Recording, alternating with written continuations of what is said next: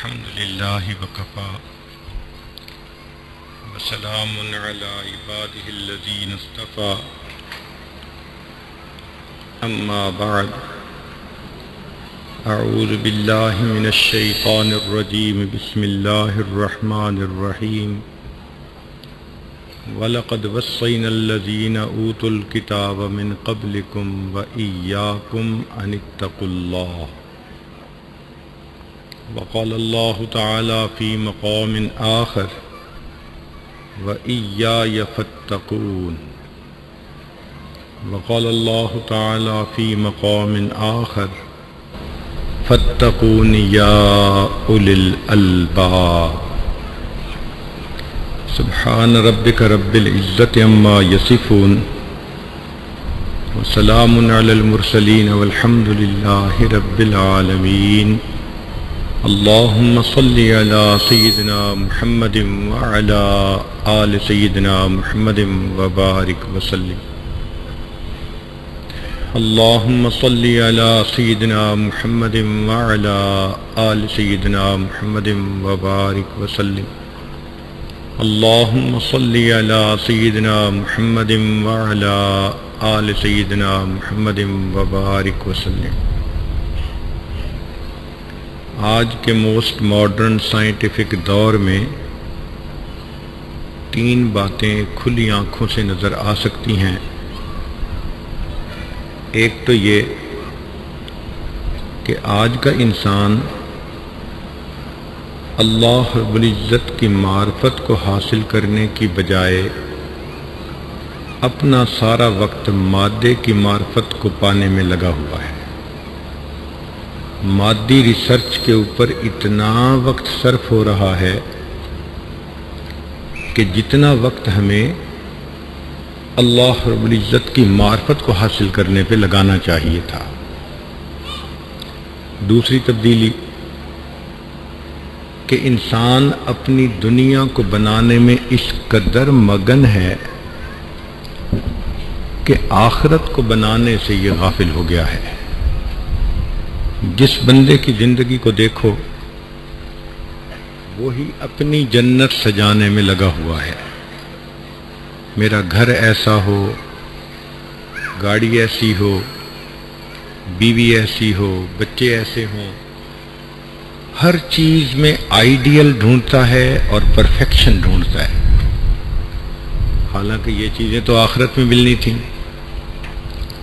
تو گویا آج کا انسان دنیا میں ہی اپنی جنت بسانے کی کوشش میں لگا ہوا ہے۔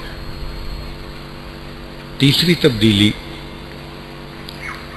کہ اپنے باطن سے غافل ہو کر فقط ظاہر کو سجانے میں یہ انسان لگ گیا ہے۔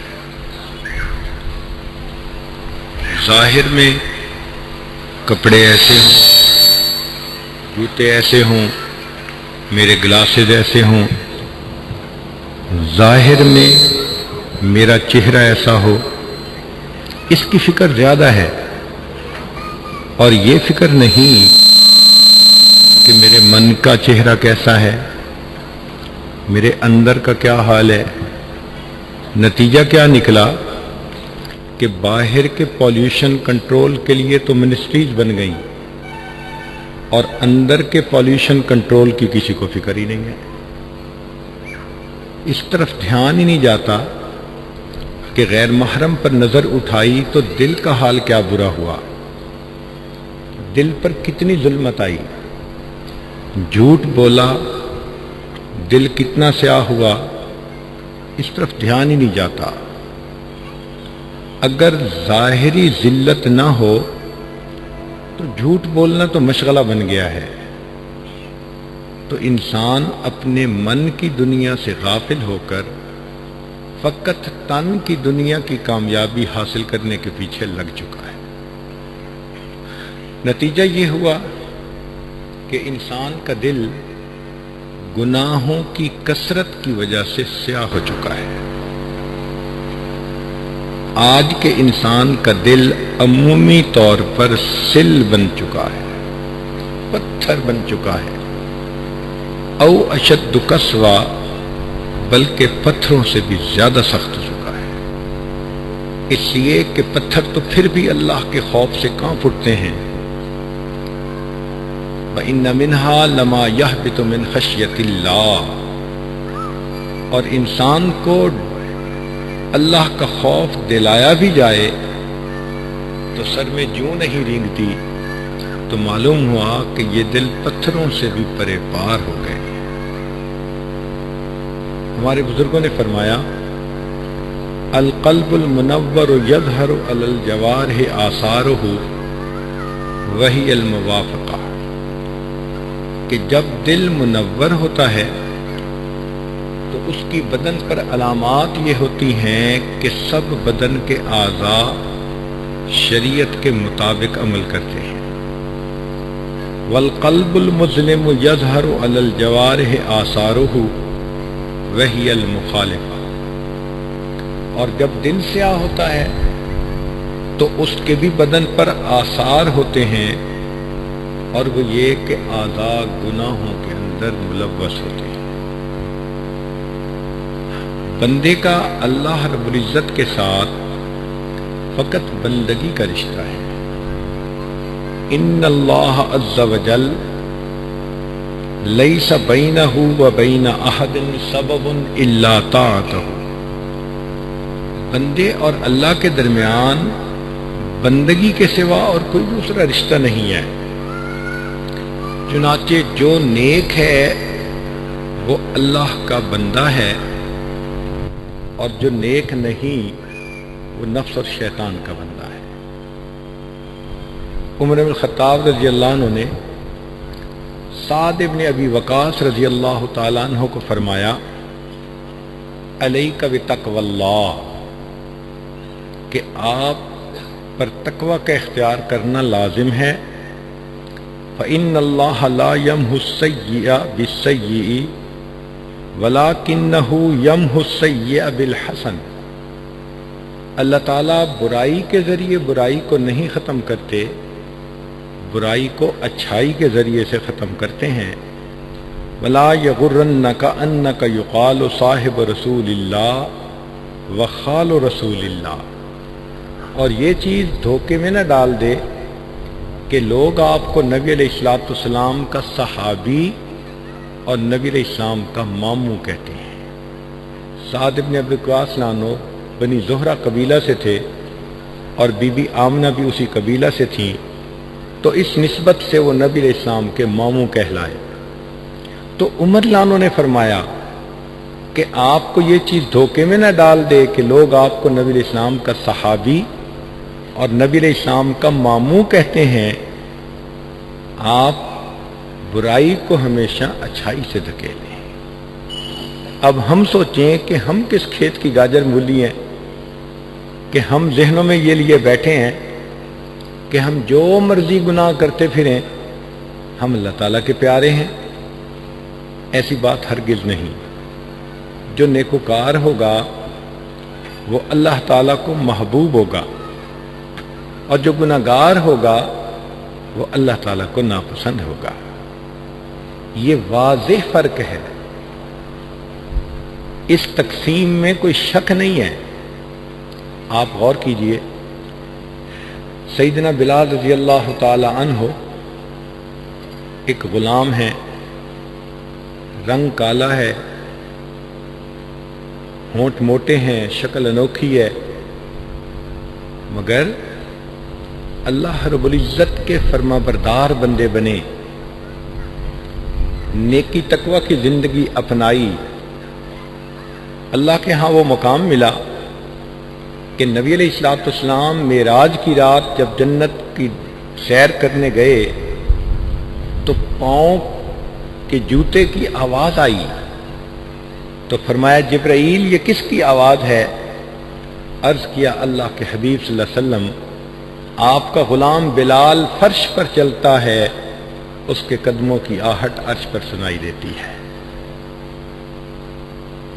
اس کے بالمقابل دیکھیے ایک نوجوان نام ولید ہے، اور وہ اپنے آپ کو وحید الزماں سمجھتا ہے۔ عرب قریش گھرانے سے،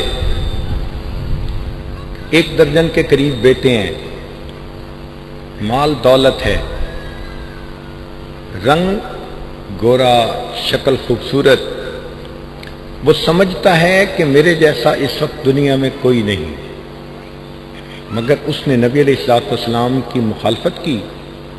اللہ تعالیٰ فرماتے ہیں ذرنی ومن خلقت وحیدا، ذرا چھوڑیے مجھے اور اس کو جو اپنے آپ کو وحید و زماں سمجھتا ہے، میں ذرا اس کے ساتھ نمٹوں۔ تو دیکھیے وہ قریش کا سردار، مال و دولت، اولاد، سب کچھ ہونے کے باوجود اللہ کی نگاہ سے گر گیا۔ اور یہ بلال رضی اللہ عنہ حبشہ کے رہنے والے، شکل و صورت کیسی ہے، مگر اللہ رب العزت کو اتنے پسند آ گئے۔ تو معلوم ہوا کہ بندے کا اللہ رب العزت سے تعلق فقط بندگی کا ہے۔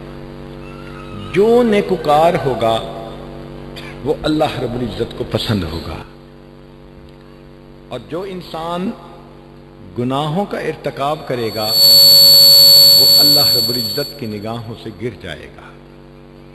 اس کی ایک سادہ سی مثال سمجھیے، العبد یتقی عذاب سیدہ بطاعتہ، غلام اپنے مالک کے عذاب سے بچتا ہے اس کی اطاعت کے ذریعے سے۔ جس نوکر کو جو کہا جائے وہ کرے اور جس سے منع کیا جائے وہ منع ہو جائے تو مالک اس سے خوش ہوتا ہے، اور جو مالک کی مرضی کے خلاف کرے یا تو مالک سزا دیتا ہے یا پھر اس کی چھٹی کروا دیتا ہے۔ اللہ رب العزت کے ہاں بھی معاملہ ایسا ہی ہے، جو گناہ کرتا ہے اللہ تعالیٰ اس کو تنبیہ فرماتے ہیں، اگر سمجھ جائے تو فبہا، نہیں تو پھر اپنے مقبول بندوں کی فہرست سے اس کا نام نکال دیتے ہیں۔ وہ بندہ اللہ رب العزت کی نگاہوں سے گر جاتا ہے۔ تو ہمیں چاہیے کہ ہم نیک اعمال کو اپنائیں اور گناہوں سے 100% بچ کر زندگی گزاریں۔ ذو المسیح رحمۃ اللہ علیہ فرماتے تھے فمن اراد ان یفتح اللہ علیہ برکات من السماء والارض، جو یہ چاہے کہ اللہ تعالیٰ میرے اوپر زمین اور آسمان سے برکتوں کے دروازے کھول دے، وَيَجْعَلْ لَهُ مَخْرَجًا، اور اللہ اس کے لیے مخرج بنا لے، وَيَرْزُقْهُ مِنْ حَيْثُ لَا يَحْتَسِبُ، اور اللہ ایسی طرف سے رزق دے جہاں سے گمان بھی نہ ہو، وَيُكَفِّرْ عَنْهُ سَيِّئَاتِهِ، اور اللہ اس کے گناہوں کو مٹا دے، وَيُعْظِمْ لَهُ أَجْرًا، اور اللہ اس کو نیک اعمال پہ بہت اجر عطا فرمائے، وَيَجْعَلْ لَهُ مِنْ أَمْرِهِ يُسْرًا، اللہ اس کے کاموں میں آسانیاں کر دے، وَيَكُونَ مَعَهُ، اللہ اس کے ساتھ ہو جائے،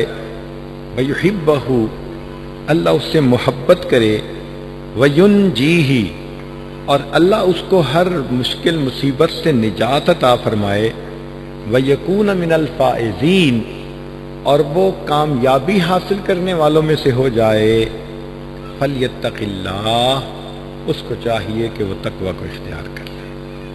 یہ تمام انعامات اس شخص کو ملتے ہیں جو متقی بن جاتا ہے۔ متقی کس کو کہتے ہیں؟ التقوی ہی اتقاء عذاب اللہ بامتثال اوامرہ واجتناب نواہیہ، جن چیزوں کا اللہ نے حکم دیا ان کو کرے اور جن سے منع کیا اس سے رک جائے، اس شخص کو متقی کہتے ہیں۔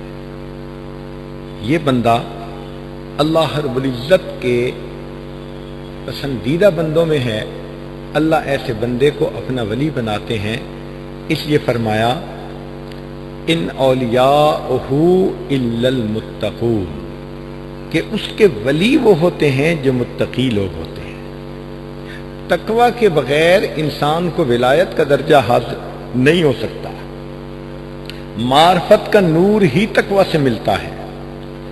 چنانچہ ایک بزرگ فرماتے ہیں وَلَوْ أَنَّ أَهْلَ الْقُرَىٰ آمَنُوا وَاتَّقَوْا، کہ قرآن مجید کی یہ آیت ہے، اگر یہ بستی دیسوں والے ایمان لاتے اور تقوی اختیار کرتے، وہ فرماتے ہیں معنی ہو، اس کا معنی یہ ہے لو انہم صدقوا وعدی، اگر وہ میرے وعدوں کو سچا کر دیتے، واتقوا مخالفتی، اور میری مخالفت سے بچ جاتے، لنورت قلوبہم بمشاہدتی، تو میں ان کے دلوں کو اپنے مشاہدے کے نور سے منور فرما دیتا۔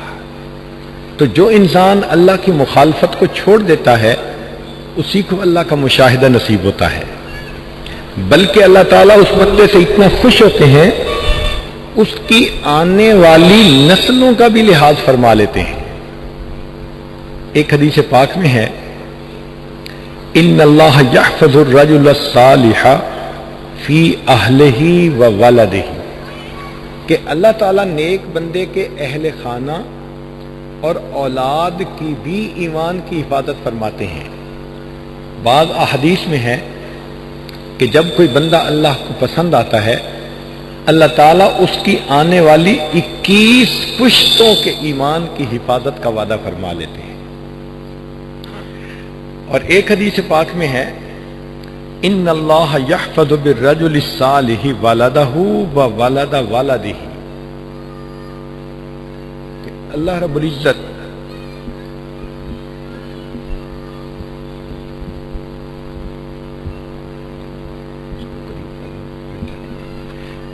رب العزت نیک بندے کی اولاد کو اور جو آگے اس کی اولاد ہوتی ہے ان کو بھی اللہ تعالی ایمان کی حفاظت فرما دیتے ہیں۔ چنانچہ سورہ کہف کے اندر ایک واقعہ ہے کہ حضرت موسیٰ علیہ السلام اور خضر علیہ السلام نے ایک دیوار بنائی، تو موسیٰ علیہ السلام نے پوچھا کہ یہ دیوار کیوں بنائی؟ تو انہوں نے آگے سے کہا کہ اس شہر میں یتیمین فی المدینہ، دو یتیم بچے تھے، وَكَانَ تَحْتَهُ كَنْزٌ لَهُمَا، اس دیوار کے نیچے ان دونوں کا خزانہ تھا، وَكَانَ أَبُوهُمَا صَالِحًا، اور ان کے والد نیک تھے۔ تو مفسرین نے لکھا کہ ان کے والد اتنے نیک نہیں تھے، ان کے والد 7ویں مرتبے میں جو ان کے دادا تھے وہ نیک تھے، اس کی برکت سے اللہ نے 7ویں پشت کے مال کی اگر حفاظت فرما دی تو اللہ ان کے ایمان کی کتنی حفاظت فرماتے ہوں گے۔ تو یہ تقوی کی کتنی بڑی نعمت ہے کہ اس کے صدقے اللہ تعالیٰ بندے کی بھی حفاظت فرماتے ہیں، آنے والی نسلوں کی بھی حفاظت فرماتے ہیں۔ اور ایک خاص بات کہ جو بندہ نیک ہوتا ہے، متقی ہوتا ہے، اللہ تعالیٰ اس کا انجام بخیر فرماتے ہیں۔ حدیث مبارکہ ہے اذا اراد اللہ بعبد خیرا استعملہ، اللہ تعالیٰ جب کسی بندے کے ساتھ خیر کا ارادہ کرتے ہیں تو اسے استعمال کر لیتے ہیں، اس کو نیکی کی توفیق عطا فرما دیتے ہیں۔ فقیل، پوچھنے والوں نے پوچھا کیف یستعملہ یا رسول اللہ، اے اللہ کے حبیب صلی اللہ علیہ وسلم اس کو کیسے اللہ تعالیٰ استعمال فرماتے ہیں؟ قال یوفقہ لعمل صالح قبل الموت، اللہ تعالیٰ اس کو موت سے پہلے نیک اعمال کی توفیق عطا فرما دیتے ہیں۔ اس کی صورتیں دیکھیے کہ جو شخص مسواک کی پابندی کرتا ہے تو اس سنت کے فوائد میں سے ایک یہ ہے کہ جب اس کی موت کا وقت آتا ہے تو ملک الموت آتے ہیں، اس بندے کو بتا دیتے ہیں کہ تیری موت کا وقت قریب ہے، شیطان کو مار کر دور بھگا دیتے ہیں اور اس بندے کو کلمہ پڑھنا یاد دلا دیتے ہیں۔ اب سوچئے یہ کتنا بڑا انعام ہے کہ ملک الموت شیطان بدبخت کو دور بھگا دیں اور بندے کو کلمہ یاد دلا دیں۔ تو جو بندہ اللہ کو پسند ہوتا ہے پھر اللہ تعالیٰ اس کا انجام اچھا کر دیتے ہیں، اس کو نیک اعمال کی توفیق دے دیتے ہیں۔ چنانچہ ایک بزرگ تھے لیکن ہمارے ایک قریبی دوست کے وہ فادر ان لا تھے، سسر تھے، اس وجہ سے اس عاجز کو ان سے ایک تعلق تھا۔ بس ان کی ایک چاہت تھی، ہر سال حج کرنا اور رمضان المبارک میں مسجد نبوی کے اندر اعتکاف کرنا۔ یہ دو باتیں ان کی زندگی کی خاص تمنا تھی، اور الحمدللہ انہوں نے اپنی زندگی میں 53 حج کیے، اور اتنی ہی دفعہ شاید اعتکاف بھی کیا ہوگا مسجد نبوی میں۔ ان کی چاہت یہی تھی، جیسے ہوتا ہے نا ہر بندے کی ایک تمنا ہوتی ہے، بس تمنا ہی یہی تھی۔ دعا مانگتے تھے کہ اللہ آخری وقت میں مجھے جنت بقیع میں دفن ہونے کی سعادت عطا فرما دے۔ اللہ نے ان کی دعا ایسے قبول کی، حیران ہوتے ہیں، رمضان المبارک کا مہینہ، آخری عشرہ، اعتکاف کی حالت میں ریاض الجنہ کے اندر باوضو ہیں، عصر کی نماز کی نیت باندھی ہے، جب دوسری رکعت کے سجدے میں گئے تو روح پرواز کر گئی۔ اب بتائیں کتنی سعادتیں اللہ نے اکٹھی فرما دی۔ باوضو موت آنا ایک سعادت، پھر مسجد نبوی، پھر رمضان المبارک، آخری عشرہ، اعتکاف کی حالت میں، پھر ریاض الجنہ کے اندر، پھر نماز کی کیفیت، اور پھر سجدے کی حالت میں جب جاتے ہیں تو سجدے میں روح قبض ہوتی ہے، سجدے سے اٹھتے نہیں، وہیں ان کی وفات ہو جاتی ہے۔ جنازہ ہوا، جنت بقیع کے اندر دفن ہو گئے۔ تو جو بندہ اللہ کو پسند ہوتا ہے پھر اللہ اس کا انجام اچھا کر دیتے ہیں۔ ہمارے شہر کے ایک صاحب تھے جو دنیا دار تھے، بہت بڑے بزنس مین تھے، لوگ ان کی امیری کی مثالیں دیتے تھے۔ اللہ کی شان دیکھیں، ان کی والدہ کی وفات ہوئی تو انہوں نے اس عاجز کو بلایا کہ جی آپ رشتہ دار جمع ہیں، کچھ آ کر نصیحت کر دیں تاکہ بچوں کی توجہ نیکی کی طرف ہو جائے۔ ہم نے موقع کو غنیمت سمجھا اور ہم نے وہاں پر ماں کے مقام پر بات کی تاکہ اس کو محسوس ہو کہ اس کے سر سے سایہ چلا گیا۔ اللہ نے اس کے دل کو نرم کر دیا۔ بعد میں وہ مجھے ملے تو کہنے لگے حضرت آج میں نے 2-3 نیتیں کر لی ہیں۔ کیا؟ ایک تو نیت میں نے کر لی ہے کہ میں چہرے پہ سنت سجاؤں گا، اور دوسری نیت کر لی ہے کہ میں حافظ قرآن بنوں گا، اور تیسری نیت کر لی ہے میں پابندی سے نماز پڑھوں گا۔ ہم نے دعا دی، بہت اچھا، لیکن واقعی اس نے اپنے الفاظ کو پورا کر دکھایا۔ اس کے بعد اس کی زندگی کی ترتیب ہی بدل گئی۔ پہلے کا انسان کوئی اور تھا، اب یہ انسان بدل گئے۔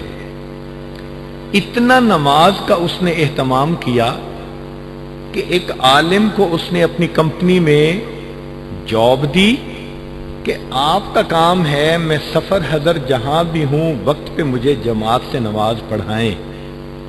تو وہ عالم جماعت کرواتے اور یہ پیچھے نماز پڑھتا۔ چند مہینے اس طرح گزرے۔ ایک دن عصر کی نماز پڑھنی تھی تو یہ وضو کر کے آئے اور صف میں کھڑے ہو گئے اور کہنے لگے جی میں اقامت کہتا ہوں۔ اقامت کہتے کہتے جب انہوں نے کہا اشہد ان محمد الرسول اللہ، اتنے الفاظ کہے وہیں پر گرے اور موت آ گئی۔ زندگی دیکھو کیسے گزری، مگر سچی توبہ اللہ کو پسند آ گئی۔ اللہ نے دیکھو کہ موت کیسی دی کہ نماز کی اقامت کہتے ہوئے کلمہ پڑھ رہے ہیں اور اس دنیا سے جا رہے ہیں۔ تو اللہ رب العزت جب کسی بندے سے خوش ہوتے ہیں تو اس کو موت کے قریب ایسی اچھی موت عطا فرما دیتے ہیں، اور جب کسی بندے سے ناراض ہوتے ہیں تو پھر اس کو اللہ تعالیٰ بری موت دیتے ہیں۔ چنانچہ ایک مرتبہ ایک علاقے میں جانا ہوا، وہاں ایک وکیل صاحب سے ملاقات ہوئی۔ وہ وکیل صاحب دہریے تھے، ملے تو کہنے لگے جی کہ میں تو اللہ کو نہیں مانتا۔ ہم نے اسے سمجھانے کی کوشش کی مگر وہ سمجھنے پر آمادہ ہی نہیں تھے۔ کہنے لگے جی جتنے آپ اللہ سے ڈرتے ہیں میں نہیں ڈرتا۔ جب اس نے یہ الفاظ کہے تو یہ آج سمجھ گیا کہ یہ ضد پر ہے، حمیت الجاہلیہ، اس وقت یہ بات نہیں مانے گا۔ تو کہا کہ اچھا بھئی اگر آپ نہیں ڈرتے تو پھر آپ تیار رہیں، اللہ کے عذاب کا کوڑا تو آئے گا۔ کہتے ہیں دیکھی جائے گی۔ اللہ کی شان دیکھیں، 6 مہینے نہیں گزرے تھے، اس وکیل صاحب کو ایک ایسی بیماری لگی، ابکائی آتی تھی، اس کے منہ سے جو نکلتا تھا اس میں سے پخانے کی بو آتی تھی۔ اللہ نے دنیا میں دکھا دیا، جس زبان سے تم اپنے مالک کی شان میں گستاخی کرتے ہو، ہم اس منہ سے اگر نعمتیں کھلا سکتے ہیں، ہم اسی منہ سے پخانہ بھی نکال سکتے ہیں۔ میں نے ایک ڈاکٹر کو بتایا تو اس نے بیماری کا نام مجھے بتایا کہ حضرت اس بیماری کا یہ نام ہے، اس میں انسان کا سسٹم اس طرح ہوتا ہے کہ منہ سے جو نکلتا ہے اس میں پخانے کی بو آتی ہے۔ تو اگر انسان برے اعمال کرے تو پھر اللہ تعالیٰ اس کو بری موت دے دیتے ہیں۔ ہم لوگ تیسری کلاس میں شاید پڑھتے تھے، ایک دن اپنے اسکول سے گھر آ رہے تھے تو میرے ساتھ والا بچہ مجھے کہنے لگا کہ ہمارا ہمسایہ ہے اور اس کو رسیوں سے باندھا ہوا ہے، آپ نے دیکھنا ہے؟ تو میں نے کہا ہاں۔ چھوٹے چھوٹے تھے ہم دونوں، یہ وہ زمانہ تھا کہ ہمارے پاس پورے محلے کا ملٹیپل ویزا تھا، جب چاہتے جس گھر میں داخل ہو جاتے۔ ہر گھر میں عورتیں پیار کرتی، مرد پیار کرتے، جو دیکھتا وہی سینے سے لگاتا۔ تو چھوٹی سی عمر تھی، اس کے ساتھ جا گئے، اس نے مجھے کھڑکی سے دکھایا تو میں نے ایک بندے کو دیکھا کہ واقعی اس کو رسیوں سے باندھا ہوا ہے، بال بکھرے ہوئے ہیں، اور وہ تھوڑی تھوڑی دیر کے بعد کتے کی آواز نکالتا ہے، کتے کی طرح بھونکتا ہے۔ اگر باہر سے ہم آواز سنتے تو یہی سمجھتے کہ کتا بھونک رہا ہے، آنکھوں سے چونکہ دیکھا انسان تھا تو حیران۔ اس کو دیکھ کے میرے اوپر نہ ایک خوف ستاری ہوا۔ خیر میں گھر گیا، جا کے والدہ کو بتایا، امی آج سکول سے آتے ہوئے راستے میں یہ واقعہ پیش آیا۔ تو پہلے تو امی نے ڈانٹا، تم گئے کیوں؟ میں نے کہا دوست نے کہا تھا تو میں نے کہا میں دیکھ لیتا ہوں۔ تو امی نے کہا بیٹا وہ ساری عمر بھونکتا رہا، اب اس کو بھونکتے ہوئی موت آئے گی۔ میں اس بات کو نہیں سمجھ سکا۔ 2-3 دن کے بعد اس بندے کی وفات ہوئی۔ جب وفات ہوئی تب والدہ نے کہا کہ وہ نبی علیہ الصلوۃ والسلام کے اصحاب پر تبرہ کیا کرتا تھا، اس کی سزا یہ ملی، اللہ نے موت سے پہلے کتے کی طرح بھونکتے ہوئے موت عطا فرما دی۔ تم ساری زندگی میرے محبوب صلی اللہ علیہ وسلم کے اصحاب کی شان میں گستاخیاں کرتے رہے، اب تمہیں بھونکتے ہوئے دنیا سے جانا پڑے گا۔ تو نیک اعمال کا یہ نتیجہ کہ اچھی موت آتی ہے، اور برے اعمال کا یہ نتیجہ کہ انسان کو آخر میں برے وقت پہ موت آ جاتی ہے۔ اور زندگی میں بھی پھر ان گناہوں کی وجہ سے مصیبتیں آتی ہیں۔ اصول یہ ہے علی قدر تقوی اللہ تأتی المواہب وتأتی علی القدر الذنوب المصائب، کہ جتنا انسان نیکی کرے اتنا اللہ رب العزت کی طرف سے رحمتیں آتی ہیں، اور جتنا انسان گناہ کرے اتنا اللہ کی طرف سے اس پر مصیبتیں آتی ہیں۔ وہب بن منبہ کہتے ہیں رأیت فی بعض الکتب المنزلہ یا عبدی اتینی، اے میرے بندے میری اطاعت کر، فیما امرتک، جو میں نے تجھے حکم دیا، ولا تعلمنی بما یصلحک، مجھے مت بتا کہ تیرے لیے بہتر کیا ہے، انی عالم بخلقی، میں نے پیدا کیا اپنی مخلوق کو، میں ان کو جانتا ہوں، انما اکرم من اکرمنی، میں اس کا اکرام کروں گا جو میرے حکم کا اکرام کرے گا، وَأُهِينُ مَنْ هَانَ عَلَيْهِ أَمْرِي، اور میں اس بندے کو ذلیل کروں گا جو میرے حکم کو ہلکا سمجھے گا، وَلَسْتُ بِنَاظِرٍ فِي حَقِّ عَبْدِي، اور میں بندے کے حق میں اس وقت تک نہیں دیکھوں گا حَتَّى يَنْظُرَ عَبْدِي فِي حَقِّي، جب تک کہ بندہ میرے حق کو نہیں دیکھے گا۔ تو معلوم ہوا ہم اللہ کے احکام کو پورا کریں گے، اللہ ہمیں عزتوں سے نوازیں گے، اگر ہم اللہ کے احکام کو توڑیں گے اللہ ہمیں دنیا میں رسوا فرما دیں گے۔ چنانچہ گناہوں کے آثار میں سے ایک یہ بھی ہے کہ اب اللہ الا ان یذل من عصاہ اللہ عصاہ فی الدنیا والآخرہ، اللہ تعالی نے اس بات کا فیصلہ کر دیا کہ جو اللہ رب العزت کی نافرمانی کرے گا اللہ اس کو دنیا آخرت میں ذلیل فرمائے گا۔ وما اذنب عبد فی اللیل، اور بندہ رات کو گناہ نہیں کرتا، الا اصبح، مگر وہ اس حال میں صبح کرتا ہے، ومذلتہ علی وجہہ، کہ ذلت گناہ کی اس کے چہرے کے اوپر نظر آ رہی ہوتی ہے۔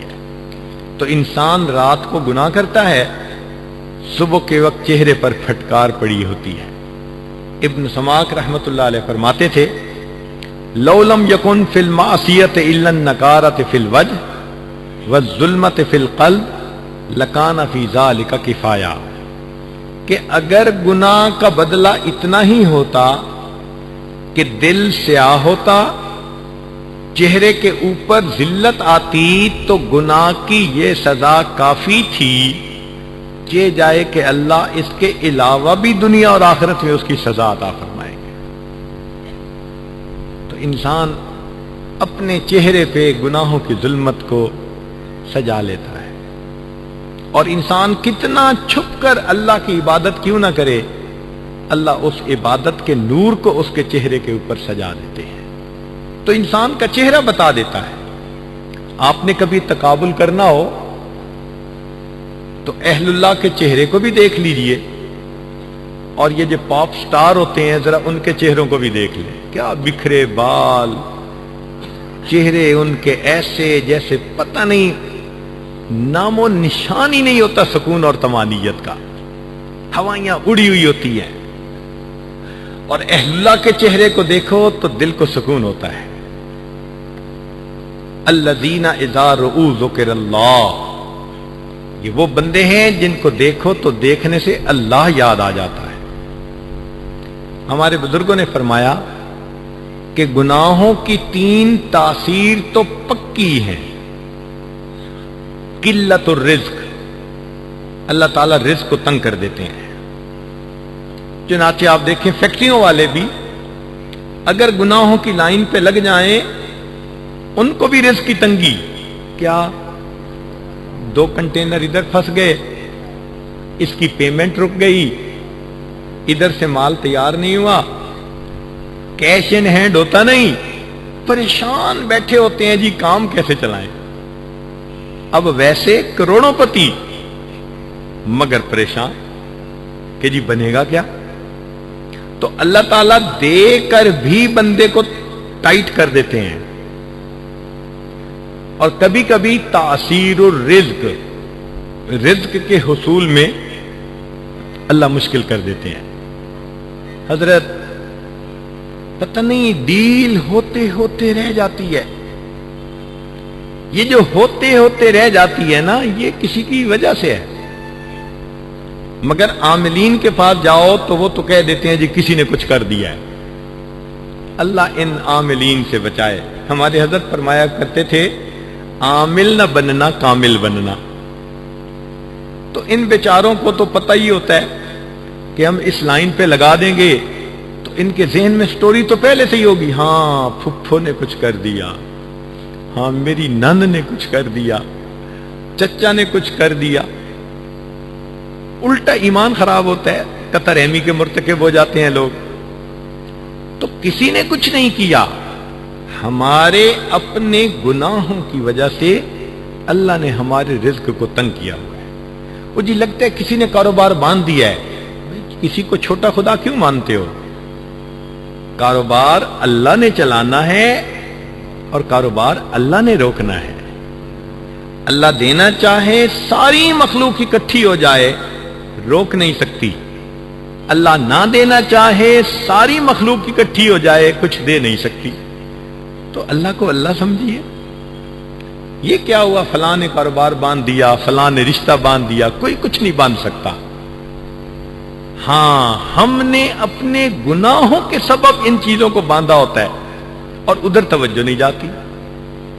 ہم سچی توبہ کر کے دیکھیں کہ راستے کھلتے ہیں یا نہیں کھلتے۔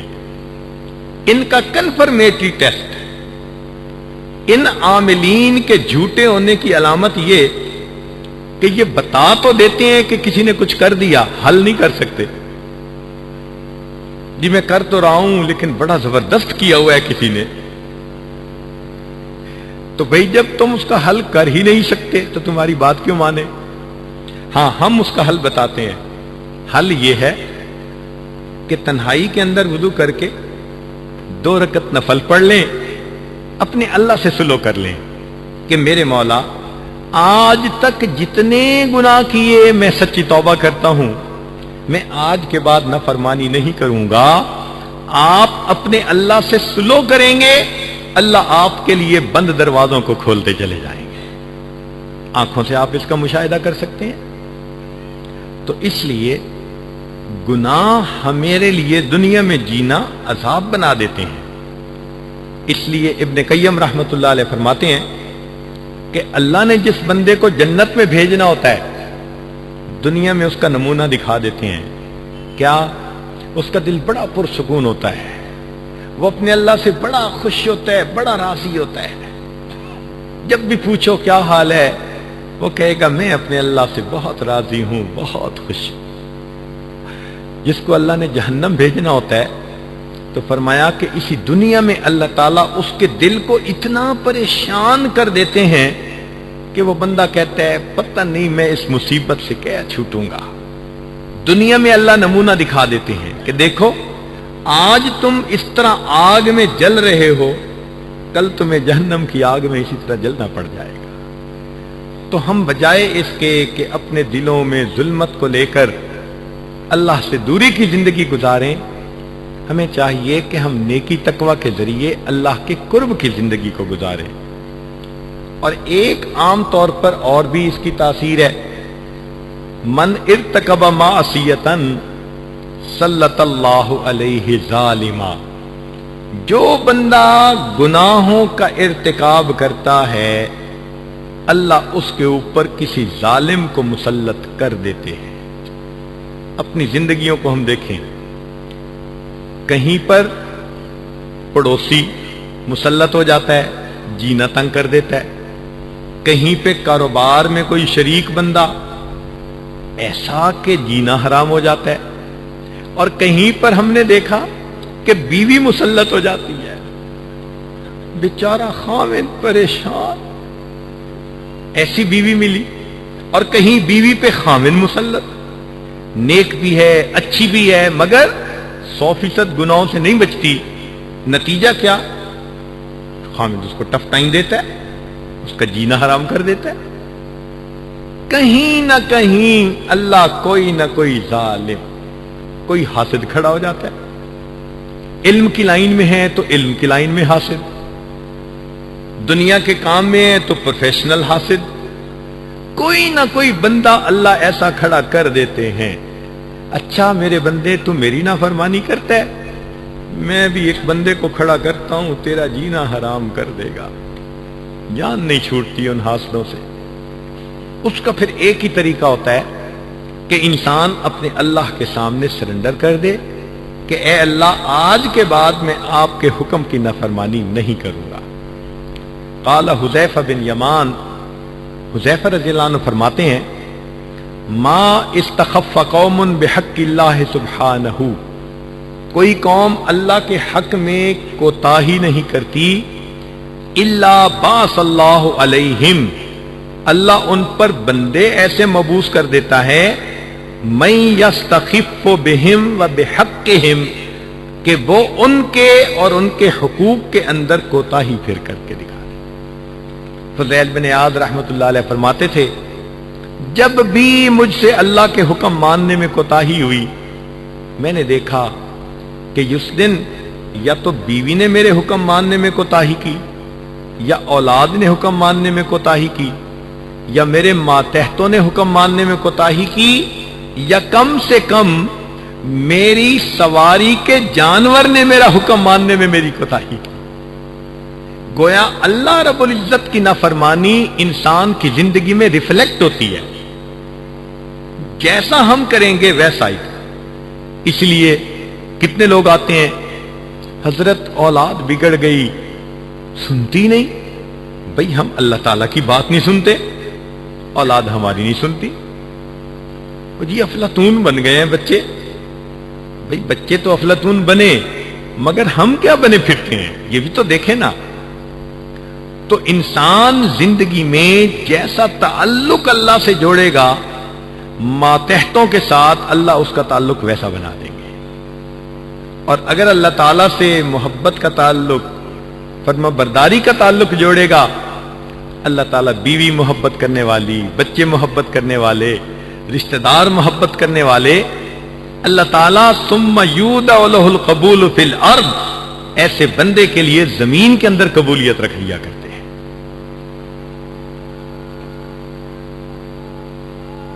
شیخ عبدالحسن شاذلی رحمۃ اللہ علیہ نے ایک بات بتائی، فرمایا اذا ثقل الذکر علی لسانک، جب تیری زبان پہ ذکر کرنا بوجھ نظر آئے، وکثر اللغو من مقالک، اور تیری باتوں میں لغو کلام زیادہ ہو جائے، وانبسطت الجوارح فی شہواتک، اور تیرے اعضاء اور جوارح شہوات کے اندر ڈوب جائیں، وانسد باب الفکرۃ فی مصالحک، اور تیرے اچھے کاموں میں تیری فکر کے راستے بند ہو جائیں، فلیس لک طریق الا التوبہ، اب تیرے سوا توبہ کے سوا کوئی دوسرا راستہ نہیں ہے.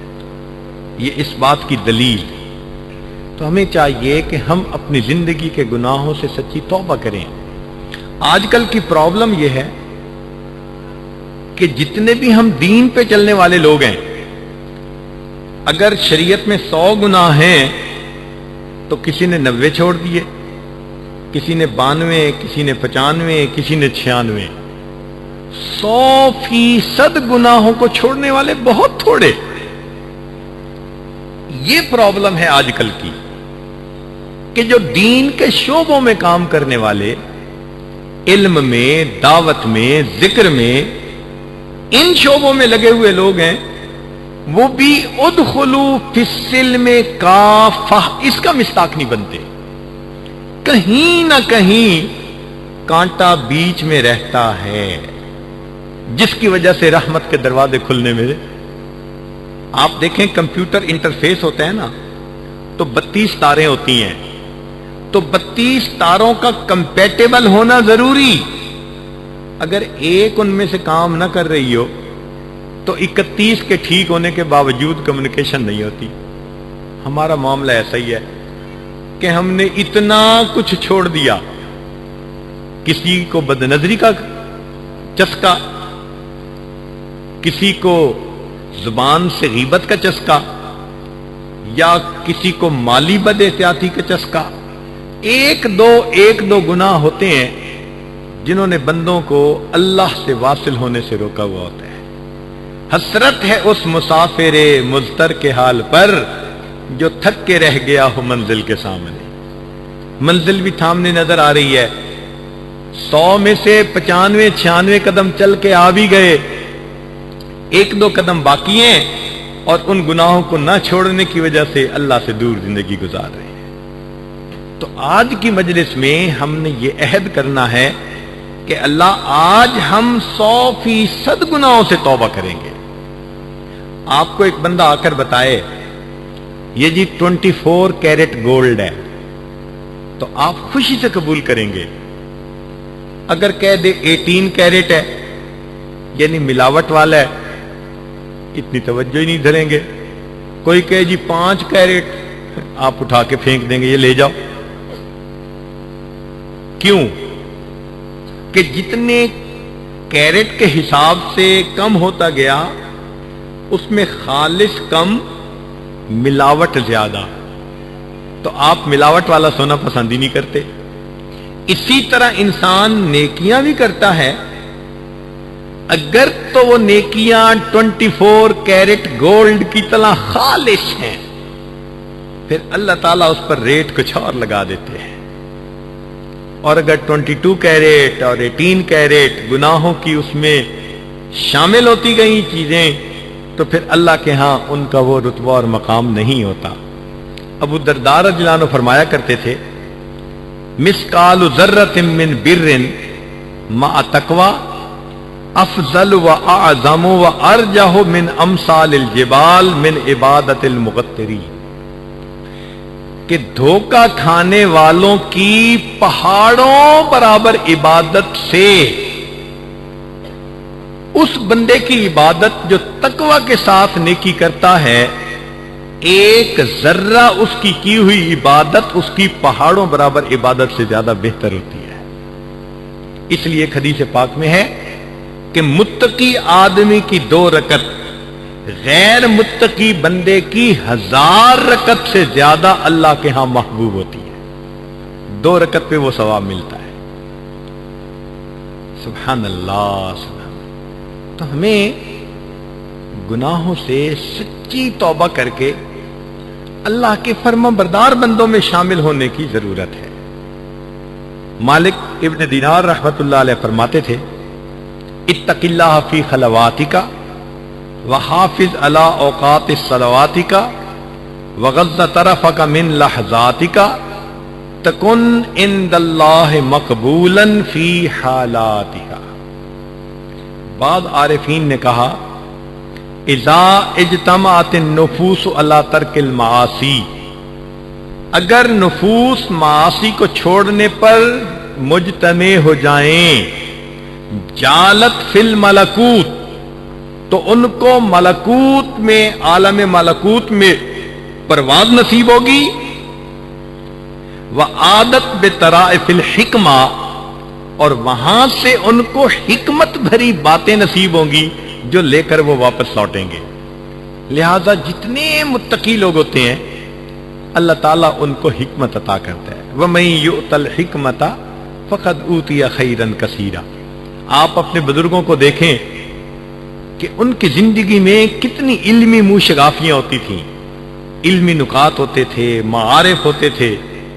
انہوں نے بھی تو وہی کتابیں پڑھی ہوتی تھیں.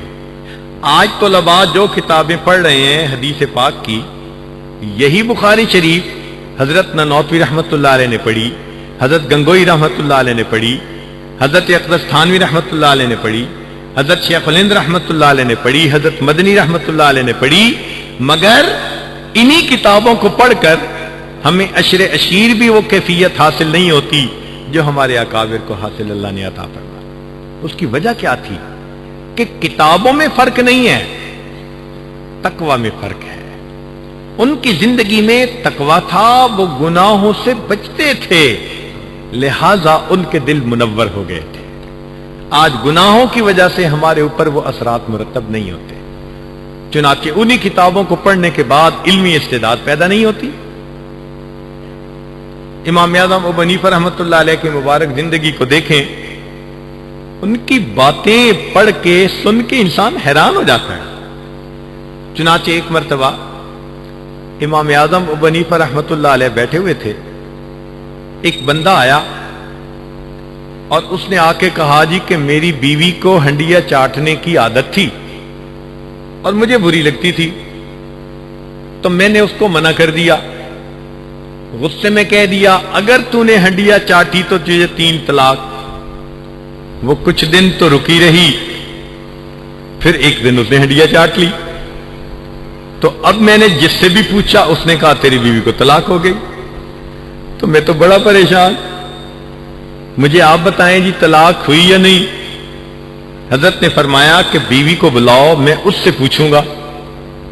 چنانچہ اس نے بیوی کو بلایا تو حضرت نے اس سے پوچھا کہ تم نے ہنڈیا چاٹی؟ جی. کیسے چاٹی تھی؟ حضرت ایسے سالن اس میں جو بچا ہوا تھا وہ لیا اور یوں لے لیا منہ میں. حضرت نے فرمایا جاؤ، تمہاری بیوی کو طلاق نہیں ہوئی، اس نے ہنڈیا نہیں چاٹی، اس نے انگلی چاٹی تھی. اب یہ نکتے کیسے ملتے تھے ان کو؟ اس وجہ سے کہ ان کے اندر تقویٰ ہوا کرتا تھا. چنانچہ ایک مرتبہ علماء میں مسئلہ چلا کہ جب بندہ 4 رکعت کی نیت باندھ لے اور 2 رکعت کے بعد التحیات میں عبدہ و رسولہ کے بعد قیام کرے، کھڑا ہو جائے، تو بھئی اگر بھول جائے تو کسی نے کہا جی اللہم پڑھ لے اور پھر کھڑا ہو جائے تو بھی کوئی حرج نہیں. اللہم صلی پڑھ لے تو بھی کوئی بات نہیں. اللہم صلی علی اتنا پڑھ کے کھڑا ہو جائے پھر بھی کوئی حرج نہیں. امام اعظم ابو حنیفہ رحمۃ اللہ نے فتویٰ دیا کہ اگر اس نے پڑھ لیا اللہم صلی علی محمد، اب سجدہ صاحب ضروری ہو گیا. اب یہ فقہ کا مسئلہ تھا اور امام صاحب نے فتویٰ دے دیا. تو کہتے ہیں کہ امام اعظم رحمۃ اللہ کو خواب میں نبی علیہ السلام کا دیدار نصیب ہوا. تو اللہ کے حبیب صلی اللہ علیہ وسلم نے فرمایا نعمان، تم نے میرا نام پڑھنے والے پر سجدہ صاحب کا حکم لگایا ہے. میرا نام پڑھنے والے پر سجدہ صاحب کرنے کا حکم لگایا ہے. تو فوراً عرض کیا اے اللہ کے حبیب صلی اللہ علیہ وسلم، نہیں، بلکہ میں نے یہ کہا ہے جو بھول کر آپ کا نام غفلت سے پڑھے اس بندے کو سجدہ صاحب کرنا ضروری ہے. تو اللہ کے حبیب صلی اللہ علیہ وسلم بہت خوش ہوئے کہ ہاں تم نے بہت اچھا فتویٰ دیا. تو یہ نکتے کیسے ملتے تھے؟ یہ اللہ کی طرف سے ان کے تقویٰ کی وجہ سے ملتے تھے. امام اعظم حنیفہ رحمۃ اللہ بیٹھے ہوئے ہیں، ایک بڑے میاں آئے اور آ کے پوچھتے ہیں واو او واوین؟ امام صاحب نے فرمایا واوین. جاتے ہوئے کہنے لگا لا ولا. اب اتنے بڑے بڑے علماء بیٹھے ہوئے تھے، کسی کو کچھ سمجھ میں نہیں آیا کہ بڑے میاں نے اشارے کیا کیے، امام صاحب نے جواب کیا دیے. سارا دن سوچتے رہے، زور آزمائی کرتے رہے. شام کو کہنے لگے کہ حضرت آپ ہی بتا دیجئے امام صاحب اس بوڑھے نے آپ کو کیا کہا. امام صاحب نے فرمایا کہ اس نے مجھ سے مسئلہ پوچھا کہ التحیات ایک واو سے پڑھنی چاہیے یا 2 واو کے ساتھ. ہم حنفی لوگ 2 واو سے پڑھتے ہیں، التحیات للہ والصلوات والطیبات. کہ اس نے مجھ سے پوچھا ایک سے پڑھوں یا 2 سے؟ میں نے کہا 2 واو سے پڑھو. اچھا یہ تو بات سمجھ میں آ گئی، مگر وہ جاتے ہوئے لا ولا کہہ گیا. فرمایا کہ یہ وہ مجھے دعا دے گیا ہے. حضرت لا ولا کیا دعا ہوئی؟ فرمایا قرآن مجید کی آیت کی طرف اشارہ کر کے گیا ہے، اللہ ابو حنیفہ کے علم کو ایسا شجر طیبہ بنا دے لا شرقیت ولا غربیہ. تو اللہ تعالیٰ اس تقوی کی وجہ سے بندے کو ایسی نکتہ آفرینی عطا فرما دیتے ہیں. سینکڑوں مثالیں دی جا سکتی ہیں امام اعظم ابو حنیفہ رحمۃ اللہ علیہ کے بارے میں. قریب کے زمانے میں ہمارے اکابر علماء کرام دیوبند کی زندگیوں کو دیکھیں، بلکہ ان سے پہلے شاہ عبد العزیز رحمۃ اللہ علیہ کی زندگی کو دیکھیں تو عجیب، سبحان اللہ. حضرت شاہ صاحب ایک دفعہ بیٹھے ہوئے تھے کہ ان کے پاس ایک فرنگی آیا، کہنے لگا آپ اپنے لوگوں کو بس عربی پڑھاتے ہیں مدرسوں میں اور تنگ ذہن بنا دیتے ہیں، اور یہ مینڈک کنویں کے بن جاتے ہیں، ان کو باہر کی دنیا کا کچھ پتہ نہیں ہوتا. اور ہم تو اپنے بچوں کو سائنس پڑھاتے ہیں، جغرافیہ پڑھاتے ہیں، اور ہمارے بچے بڑے اوپن مائنڈڈ ہوتے ہیں، بڑی وسیع تھنکنگ ہوتی ہے. یہ میرا بیٹا دیکھو میں اس کو سائنس پڑھا رہا ہوں، آپ اس سے بات کریں آپ کو پتہ چلے گا کہ کتنی وسیع سوچ ہے اس کی. شاہ صاحب نے بلایا، وضو کرنے کا ایک تالاب بنا ہوا تھا. شاہ صاحب نے فرمایا اچھا بچے بتاؤ اس تالاب میں کتنے پیالے پانی؟ اب وہ انگریز کا بچہ کبھی تالاب دیکھے کبھی ان کا چہرہ دیکھے کہ جی مجھے کیا پتا. تو شاہ صاحب نے ایک طالب علم کو بلا لیا جو اس کا ہم عمر تھا، اللہ کی جان وہ منطق پڑھا ہوا تھا. بلا لیا اور بلا کے اس بچے کو کہا کہ بچے بتاؤ اس تالاب میں کتنے پیالے پانی ہیں؟ اس نے کہا حضرت اگر آدھے تالاب کے برابر پیالہ ہے تو 2 پیالے پانی، اور اگر اس کے برابر ہے تو 1 پیالہ پانی ہے. تو یہ چیزیں حکمت کی بات کہلاتی ہے، یہ تقوی کی وجہ سے انسان کو ملتی ہے. چنانچہ ایک واقعہ عجیب و غریب سنیے. ہمارے ایک تعلق رکھنے والے تھے جنہوں نے دارالعلوم دیوبند سے دورہ حدیث کیا تھا، اور انہوں نے زندگی کے کوئی 30 سال مسلم شریف پڑھائی تھی. فرمانے لگے کہ حضرت میں آپ کو ایک واقعہ سناؤں جو دارالعلوم دیوبند میں پیش آیا. ہم نے کہا سنائیں. کہنے لگے کہ ایک مرتبہ جب سعودی عرب کے علماء نے سعودی عرب میں جتنے ترکوں کے زمانے کے بنے ہوئے مقبرے وغیرہ تھے سب ہٹا دیے، بلڈوزر چلا دیے، تو ان میں علماء میں بحث چلی کہ بخاری شریف کی ایک حدیث ہے جس سے ثابت ہوتا ہے کہ بنا علی القبور کی اجازت نہیں، یعنی قبر بنائیں تو کھلے آسمان کے نیچے، اس کے اوپر قبہ بنا دینا، عمارت بنا دینا شرعن اس کی اجازت نہیں ہے. تو جب انہوں نے جنت بقیع میں جو ترکوں نے قبے بنا دیے تھے سب ہٹا دیے، تو انہوں نے کہا جی کہ گنبد خضرا کے بارے میں کیا؟ تو جو حاکم تھے نا وہ سمجھدار تھے، انہوں نے کہا دیکھو یہ ذرا ٹچی معاملہ ہے، امت اس معاملے میں بہت حساس ہے، تم پہلے ملکوں میں جاؤ اور وہاں کے علماء سے بات چیت کر کے ان کو اپنا ہم نوا بناؤ، اگر علماء تمہارے ساتھ ہو گئے تو پھر ہم اگلی بات سوچیں گے. لہذا انہوں نے ایک وفد بھیجا دارالعلوم دیوبند میں. وہ لوگ آئے، انہوں نے آ کے محتمم صاحب سے بات کی کہ جی ہم اس حدیث مبارکہ کے بارے میں آپ سے بات کرنے آئے ہیں، اگر تو اس پر کوئی اعتراض ہے تو ہمیں بتا دیں، اگر اعتراض بھی نہیں ہے، حدیث متصل ہے، صحیح ہے، تو پھر اس پر عمل کرنا چاہیے. تو جو محتمم تھے انہوں نے کہا کہ آپ 3 دن ہمارے پاس قیام کریں، اتنے میں ہم اپنے علماء کو اطلاع دے دیتے ہیں تاکہ وہ آ جائیں اور ہم ان سے مشورے کے بعد جواب دے سکیں. انہوں نے کہا ٹھیک. وہ دارالعلوم کے ہی مہمان خانے میں وہ 3 دن رہے. آخری دن جو رات تھی نا وہ دارالعلوم دیوبند میں عجیب تھی. 500 کے قریب بڑے بڑے اکابرین مشاہیر علماء وہ دارالعلوم میں جمع ہو گئے اور سب اس مسئلے کے بارے میں سوچ رہے تھے کہ ہمیں صبح جواب کیا دینا ہے. اب مسئلہ بڑا نازک، تو وہ کہتے ہیں کہ رات کے وقت کوئی نفلیں پڑھ رہا تھا، کوئی تلاوت کر رہا تھا، کوئی آپس میں تکرار کر رہے تھے، کوئی کتابیں دیکھ رہے تھے، کوئی دعا مانگ رہے تھے کہ اللہ جو صحیح جواب ہے وہ سجھا دیجئے، دل میں ڈال دیجئے۔ اگلے دن عصر کے بعد 500 علماء مسجد میں اکٹھے ہوئے، تو وفد کے جو عرب تھے عالم وہ کھڑے ہوئے، اور انہوں نے کھڑے ہو کر یہ بیان کیا کہ بخاری شریف کی اس حدیث پاک سے پتہ چلتا ہے کہ بنا علی القبور کی اجازت نہیں۔ ہماری نظر میں کوئی راوی ایسا نہیں کہ جو ضعیف ہو یا جس پر جرح کی جا سکتی ہو، سند بھی متصل ہے، تو متن اور سند ٹھیک ہونے کی وجہ سے اس کا درجہ بڑا رفیع ہو گیا۔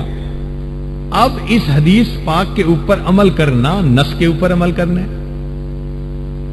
جب اس نے بیان کر لیا تو اس کے بعد تھوڑی دیر پورے مجمع پہ خاموشی رہی، کہیں کہیں سسکیوں کی آوازیں آ رہی تھیں، کچھ علماء تھے جن کی آنکھوں میں آنسو تھے اور وہ اللہ کے سامنے گڑ گڑا رہے تھے، اللہ اتنی بڑی ذمہ داری ہے، ایسے موقع پہ صحیح جواب دل میں ڈال دیجئے۔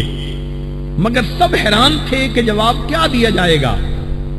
حضرت اقدس تھانوی رحمت اللہ علیہ بھی تھے، کھڑے ہوئے اور کھڑے ہو کر فرمایا الحمدللہ اللہ نے اس مسئلے میں میرا شرح صدر فرما دیا ہے، اللہ نے اس مسئلے میں میرا شرح صدر فرما دیا ہے۔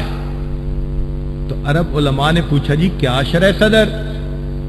تو حضرت نے فرمایا کہ شرح صدر یہ ہے کہ جو حدیث مبارکہ آپ لوگوں نے بتائی وہ سند کے اعتبار سے بھی ٹھیک، متن کے حساب سے بھی ٹھیک، واقعی اس کا مضمون 100% ٹھیک ہے۔ تو وہ کہنے لگا کہ اس کا مطلب یہ کہ پھر ہم گنبد خضرا کو گرا سکتے ہیں؟ حضرت نے فرمایا نہیں، یہی تو اللہ نے شرح صدر میرا کر دیا، حدیث بھی ٹھیک ہے مگر آپ لوگ گنبد خضرا کو بھی نہیں گرا سکتے۔ ان کا کیوں؟ فرمایا اس لیے کہ حدیث پاک میں بنا علی القبور سے منع کیا گیا ہے، مگر گنبد خضرا کا معاملہ اور یہ حجرہ عائشہ صدیقہ پہلے تھا، قبر مبارک بعد میں بنائی گئی، اس لیے یہ بنا علی القبور میں داخل نہیں، کوئی گنبد خضرا کو نہیں ہٹا سکتا۔ آج بھی گنبد خضرا اپنی جگہ پر موجود ہے، علماء دیوبند کی علمی عظمت کی دلیل بنا ہوا ہے۔ ہمارے اکابر کو اللہ رب العزت نے یہ علم کی گہرائی دی تھی ان کے تقوی کی وجہ سے۔ ہم بھی اگر گناہوں کو چھوڑیں اور نیکوکاری کی زندگی اختیار کریں تو اللہ رب العزت ہمیں بھی علم میں پختگی اور عمق عطا فرما سکتے ہیں۔ چنانچہ ابو تراب رحمت اللہ علیہ فرماتے ہیں اذا اجمع الرجل علی ترک الذنوب، کہ اگر انسان اس بات پہ متفق ہو جائے کہ میں نے گناہ نہیں کرنا، اتتہ الاوراد من اللہ من کل جانب، تو گناہ چھوڑنے والے بندے کو ہر طرف سے اللہ تعالی علم کے معارف عطا فرما دیتے ہیں۔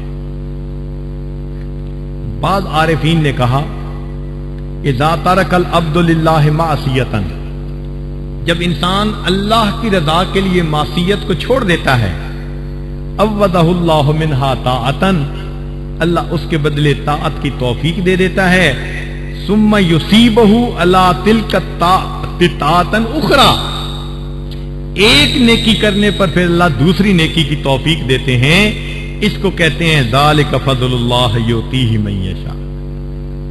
یحییٰ بن معاذ رحمت اللہ علیہ فرماتے تھے اللہ قلد خروج من الذنوب، امید ہے طلباء اس بات کو توجہ سے سنیں گے اور یاد رکھیں گے۔ فرماتے تھے اللہ قدر الخروج من الذنوب تکون الافاقۃ للقلوب، کہ جتنا گناہوں سے خروج ہوتا جائے گا اتنا ہی دل کی امراض میں انسان کو افاقہ ہوتا چلا جائے گا۔ حدیث پاک میں اللہ تعالیٰ نے ارشاد فرمایا، یا داؤد انقطع لی انقص لک رؤوس الملوک والبس وجہک المہابہ، تو جو بندہ اللہ کی فرما برداری کرتا ہے اللہ تعالیٰ اس کے چہرے پہ ایسا نور دے دیتا ہے، لوگوں کے دل پہ اس کا رعب ہو جاتا ہے۔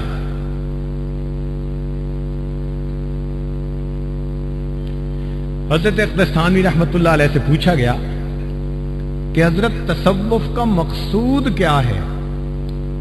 یہ عاجز اپنی بات کو سمیٹ رہا ہے، ابھی تک تو گراؤنڈ بنایا تھا، اب لب لباب اس کا عرض کرنا ہے، تو امید ہے کہ آپ دل کے کانوں سے اس کو سنیں گے۔ تو حضرت تھانوی رحمت اللہ علیہ سے پوچھا گیا، حضرت تصوف کا مقصود کیا ہے؟ تو فرمایا کہ انسان کے رگ رگ اور ریشے ریشے سے گناہوں کا کھوٹ نکل جائے، یہ تصوف کا مقصود ہے۔ انسان کے رگ رگ اور ریشے ریشے سے گناہوں کا کھوٹ نکل جائے، یہ تصوف کا مقصود ہے۔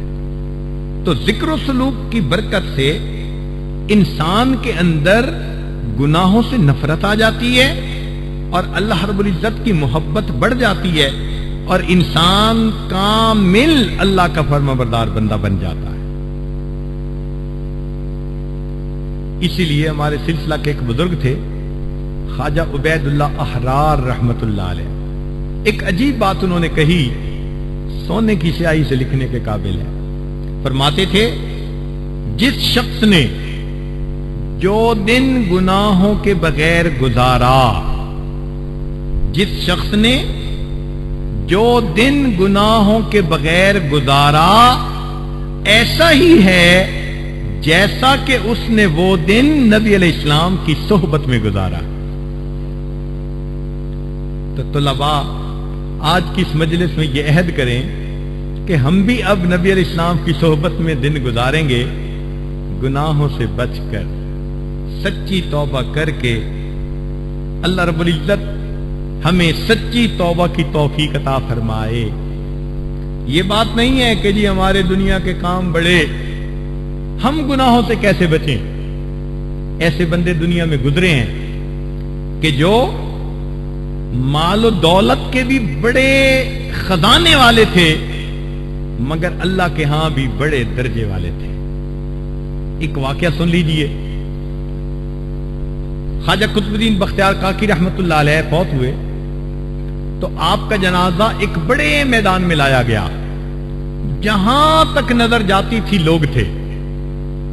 جنازہ رکھا گیا تو ایک بندے نے کہا کہ حضرت نے وصیت فرمائی تھی، میں وہ وصیت پڑھ کے سناتا ہوں۔ وصیت کیا تھی؟ حضرت نے وصیت فرمائی تھی کہ میرا جنازہ وہ شخص پڑھائے، نمبر 1، زندگی میں تکبیر اولا کبھی قضا نہ ہوئی ہو،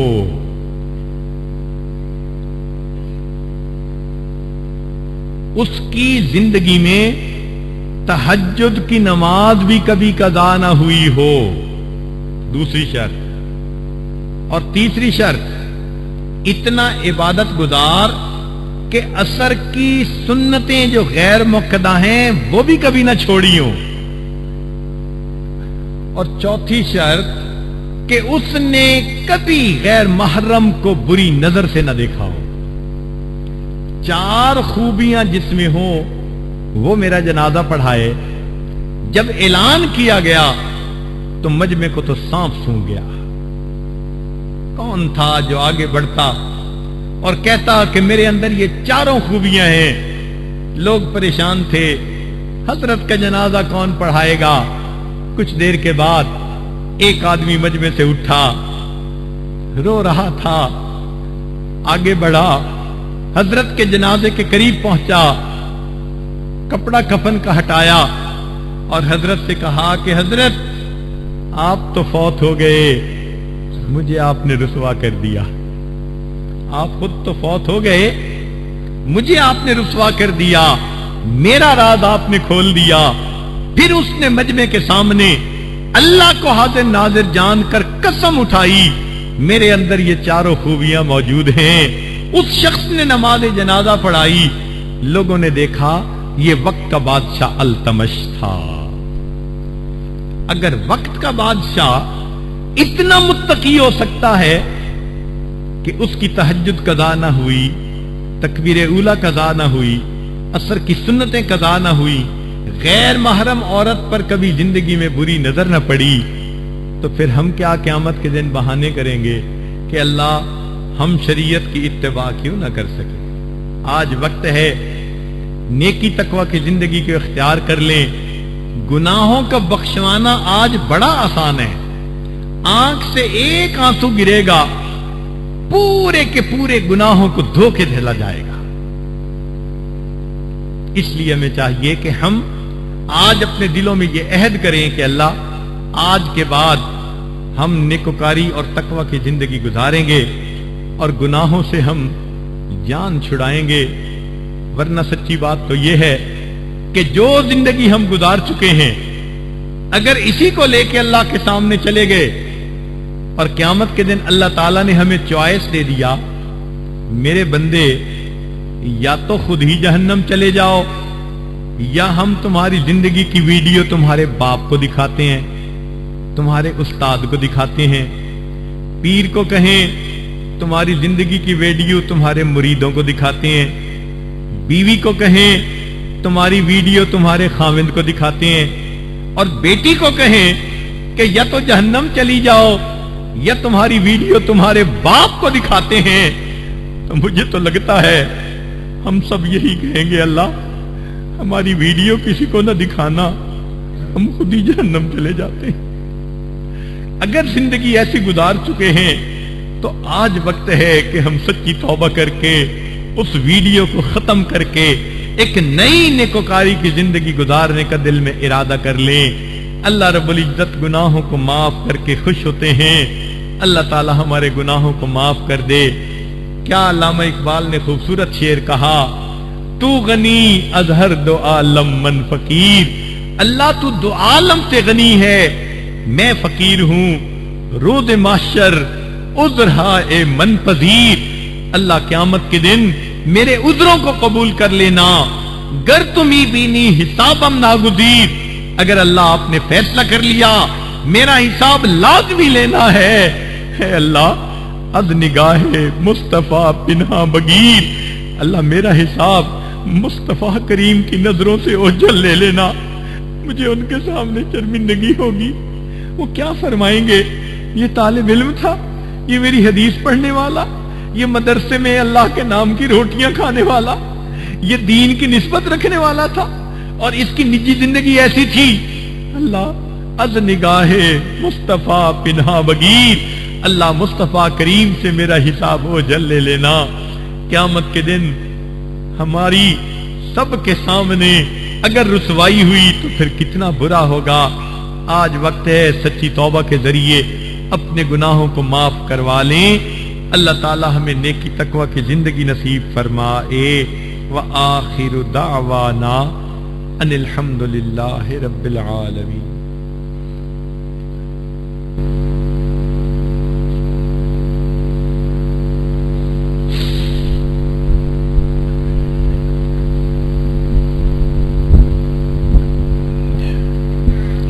فرما رہے ہیں کہ بہت سارے احباب نے پیغام بھیجا ہے کہ وہ تو بطائب ہونے کی نیت سے آئے ہیں، بیعت ہونے کی نیت سے آئے ہیں، تو اس وقت نیت کر لیجئے کہ اللہ ہم نے زندگی میں جتنی بھی خطائیں کی سب کو معاف کر دیجئے، اور آئندہ نیکوکاری کی زندگی گزارنے کی توفیق عطا فرمائیے۔ الحمدللہ وکفا وسلام علی عبادہ الذین اصطفیٰ، اما بعد۔ اگر عورتوں تک آواز جا رہی ہے تو وہ بھی اپنی اپنی جگہ بیٹھے ہوئے توبہ کی نیت کر لیں تو وہ بھی اس عمل میں شریک ہوں گی۔ یہ کلمات سچ دل کے ساتھ پیچھے پیچھے پڑھیے۔ بسم اللہ الرحمن الرحیم، لا الہ الا اللہ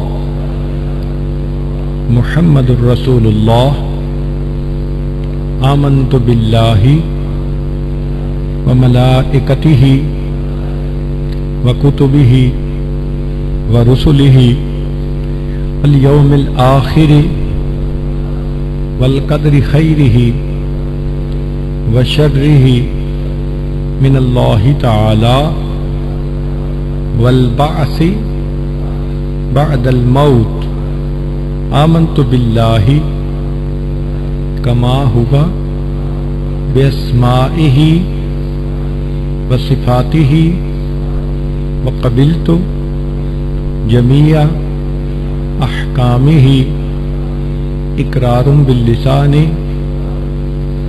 وتصدیق بالقلب اشہد ان لا الہ الا اللہ واشہد ان محمدا عبدہ ورسولہ استغفر اللہ ربی من کل ذنب واتوب الیہ برحمتک یا ارحم الراحمین۔ ان کلمات کو پڑھنے سے آپ بیت ہو چکے ہیں۔ چند معمولات ہیں۔ ایک تو 100 مرتبہ استغفار صبح و شام، 100 مرتبہ درود شریف بھی صبح و شام، روزانہ قرآن مجید کی تلاوت کرنا، ایک پارہ ہو تو بہت اچھا ورنہ آدھا پارہ صحیح۔ چوتھی چیز ہے چلتے پھرتے لیٹے بیٹھے دل میں اللہ تعالیٰ کا دھیان رکھنا، اس کو کہتے ہیں دست بکار دل بیار، ہاتھ کام کاج میں مشغول، دل اللہ تعالیٰ کی یاد میں مشغول۔ اور پانچویں چیز ہے مراقبہ۔ مراقبے کا طریقہ یہ ہے کہ ساری دنیا کے خیالات سے ہٹ کٹ کے اللہ رب العزت کی یاد میں ڈوب جائیں اور یہ سوچیں کہ اللہ رب العزت کی رحمت آ رہی ہے، دل میں سما رہی ہے، دل کی ظلمت اور سیاہی دور ہو رہی ہے اور دل کہہ رہا ہے اللہ اللہ اللہ۔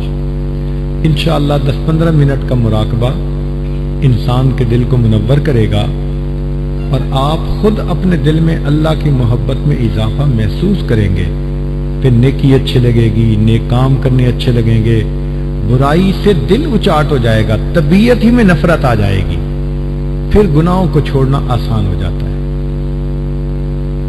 ابھی دعا سے پہلے تھوڑی دیر کے لیے آپ مراقبے کی مشق کر لیجئے، جہاں بیٹھے ہیں یا کھڑے ہیں تھوڑی دیر کے لیے آنکھوں کو بند کر لیں، سر کو جھکا لیں اور اللہ کی یاد میں ڈوب جائیں۔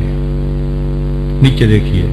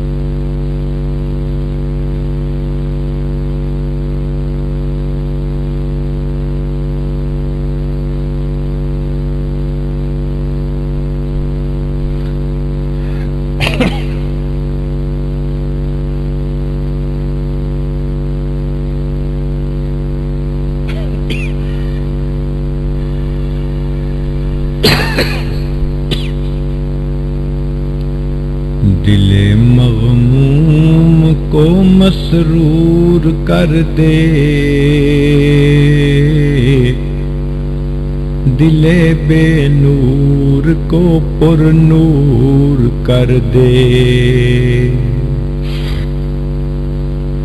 دل مغموم کو مسرور کر دے، دل بے نور کو پر نور کر دے، افروزاں دل میں شمع طور کر دے، یہ گوشہ نور سے معمور کر دے، ہے میری گھات میں خود نفس میرا، خدایا اس کو بے مقدور کر دے، مئے وحدت پلا مخمور کر دے، محبت کے نشے میں چور کر دے، مئے وحدت پلا مخمور کر دے، محبت کے نشے میں چور کر دے، میرا ظاہر سنور جائے الہی، میرے باطن کی ظلمت دور کر دے، میرا ظاہر سنور جائے الہی، میرے باطن کی ظلمت دور کر دے، وحدت پلا مخمور کر دے، محبت کے نشے میں چور کر دے،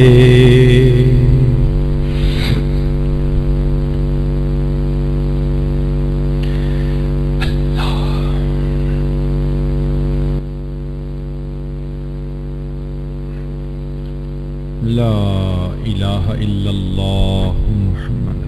دعا کر لیجئے، سبحان ربی العلی الوہاب، اللہم صلی علی سیدنا محمد وعلی آل سیدنا محمد وبارک وسلم۔ اے مالک، ہم آپ کے عاجز مسکین بندے ہیں، ہمارے گناہوں کو معاف فرما، خطاؤں سے درگزر فرما، عیبوں کی پردہ پوشی فرما، اللہ ہماری نگاہوں کو پاک فرما، دلوں کو صاف فرما، سینوں کو اپنی محبت سے لبریز فرما، اپنے عشق کی آتش ہمارے سینوں میں پیدا فرما، ہمارے انگ انگ سے اپنے ذکر کو جاری فرما، روئیں روئیں سے اپنے ذکر کو جاری فرما، ہڈی ہڈی بوٹی بوٹی میں اپنی محبت پیدا فرما، اللہ جسمانی بیماریوں کو دور فرما، روحانی بیماریوں کو دور فرما، اے اللہ ہمارے علم میں برکت عطا فرما، عمل میں برکت عطا فرما، رزق میں برکت عطا فرما، صحت میں برکت عطا فرما، کاموں میں برکت عطا فرما، قدم قدم اپنی برکتیں شامل حال فرما، اے کریم آقا، اس سے پہلے کہ لوگ ہمیں کلمہ پڑھائیں، ہمیں اپنے اختیار سے کلمہ پڑھنے کی توفیق عطا فرما، اس سے پہلے کہ لوگ ہمیں غسل، اے اللہ اس سے پہلے کہ ظاہر کی آنکھیں بند ہو جائیں، من کی آنکھیں کھلنے کی توفیق عطا فرما، اس سے پہلے کہ لوگ ہمیں غسل دیں، ہمیں غسل توبہ کرنے کی توفیق عطا فرما، اس سے پہلے کہ لوگ کفن پہنائیں، ہمیں تقوی کی پوشاک پہننے کی توفیق عطا فرما، اس سے پہلے کہ ہماری نماز پڑھی جائے، اللہ ہمیں نماز کی حضوری نصیب فرما، اس سے پہلے کہ قیامت کے دن آپ کے سامنے پیشی ہو، اللہ ہمیں اپنی بارگاہ میں قبولیت نصیب فرما، اے کریم آقا، علم حاصل ہونے کے بعد جہالت کے کاموں سے محفوظ فرما، عزت ملنے کے بعد ذلت سے محفوظ فرما، اللہ اپنے قرب کے بعد دوری سے محفوظ فرما، میرے مولا ہدایت ملنے کے بعد گمراہی سے محفوظ فرما، دوستی کے رنگ میں دشمنی کرنے والوں سے بھی محفوظ فرما، اے اللہ زندگی میں کبھی بھی بے سہارا نہ فرما، کبھی بھی بے آسرا نہ فرما، کبھی بھی اپنے در سے دور نہ فرما، کبھی بھی نفس اور شیطان کے حوالے نہ فرما، ہمیشہ اپنی رحمتوں کی پشت پناہی نصیب فرما، اے کریم آقا ہمارے ساتھ درگزر کا معاملہ فرما، آپ نے قرآن مجید میں فرمایا وَأَمَّا السَّائِلَ فَلَا تَنْهَرْ، سوالی کو انکار نہ کرو۔ اے اللہ، جب ہم کمزوروں کو حکم ہے ہم سوالی کو انکار نہ کریں تو اے کریم ہم بھی تو آپ کے در کے سوالی ہیں۔ اللہ آپ بھی انکار نہ فرمائیے، آپ بھی جھڑکیے نہ دیجیے، اپنے در سے خالی نہ جانے دیجیے۔ اللہ، دنیا میں روٹی مانگنے والا ایک دروازے سے نہ ملے دوسرے دروازے پہ چلا جاتا ہے، نہ ملے تیسرے دروازے پہ چلا جاتا ہے، اس کے لیے دروازوں کی کمی نہیں، مگر میرے مولا ہمارے سامنے تو ایک ہی دروازہ ہے۔ میرے مولا اگر ہم یہاں سے خالی اٹھے تو ہمیں کہیں سے کچھ نہیں ملے گا۔ ہم اچھی طرح جانتے ہیں وہی بدبخت ہوتا ہے جو آپ کے دروازے سے خالی چلا جاتا ہے۔ اے کریم مہربانی فرما دیجیے، اٹھے ہاتھوں کی لاج رکھ لیجیے، ہماری جھولیوں کو بھر دیجیے۔ اے اللہ ہماری مغفرت فرما دیجیے۔ اللہ ہم سے راضی ہو جائیے، راضی ہو جائیے، اور اللہ اگر راضی نہیں ہونا اللہ پھر بھی راضی ہو جائیے، اللہ پھر بھی راضی ہو جائیے۔ اے کریم ہم پر مہربانی فرما دیجیے، ہمارے ساتھ درگزر کا معاملہ فرما دیجیے۔ رب کریم آپ نے ارشاد فرمایا ادعونی استجب لکم، دعا مانگو میں دعاؤں کو قبول کروں گا۔ اللہ آپ سب سے زیادہ اپنی بات میں سچے ہیں۔ ومن اصدق من اللہ قیلا، اے اللہ جو دعا مانگ رہے ہیں اپنی رحمت سے قبول فرما لیجئے، مہربانی کا معاملہ فرمائیے۔ رب کریم اس مجمع میں کتنے نوجوان ہیں آج سچی توبہ کرنا چاہتے ہیں۔ اے کریم آقا آج تو گرم خون بھی معافیاں مانگ رہا ہے، اللہ معاف کر دیجئے، اللہ معاف کر دیجئے، اللہ خطاؤں کو معاف کر دیجئے، گناہوں کو معاف کر دیجئے۔ میرے مولا اگر آپ نے دھتکار دیا شیطان بہکائے گا، نفس بھٹکائے گا، جوانیاں ضائع ہو جائیں گی۔ اے اللہ ضائع ہونے سے بچا لیجئے۔ اللہ اس مجمع میں کتنے سفید بالوں والے ہیں، بال سفید کر بیٹھے، دل سیاہ کر بیٹھے۔ اللہ اب وہ اپنے دل کا غم کس کے سامنے جا کر کہیں؟ آپ سینوں کے بھید جاننے والے ہیں، سینوں کے بھید جانتے ہیں۔ اللہ ہماری سفید بالوں کی لاج رکھ لیجئے، رکھ لیجئے، مہربانی کا معاملہ فرمائیے۔ اللہ اپنی رحمت کا معاملہ فرما۔ اے اللہ اس مجمع میں چھوٹے چھوٹے بچے بھی نظر آ رہے ہیں، ابھی بلوغت کی عمر کو بھی نہیں پہنچے۔ اللہ ان معصوم بچوں کے اٹھے ہاتھوں کی لاج رکھ لینا، اور ان کی برکت سے اللہ ہم گناہگاروں کے ہاتھ بھی قبول فرما لینا۔ اللہ رحمت کا معاملہ فرما، کریم مہربانی کا معاملہ فرما۔ رب کریم آپ نے ارشاد فرمایا ہے یا ایھا الناس انتم الفقراء، اے انسانو تم فقیر ہو، اور یہ بھی فرما دیا انما الصدقات للفقراء، صدقات تو فقیروں کا حصہ ہوتے ہیں۔ اے اللہ جب ہم فقیر ہیں اور صدقات فقیروں کے لیے ہوتے ہیں تو اے کریم اپنی کریمی کا حصہ عطا کیجئے، اپنی رحیمی کا صدقہ عطا کیجئے، اپنی غفاری کا صدقہ ادا کیجئے۔ میرے مولا فقیر ہیں اور صدقے کے منتظر ہیں، اللہ صدقہ و خیرات کر دیجئے۔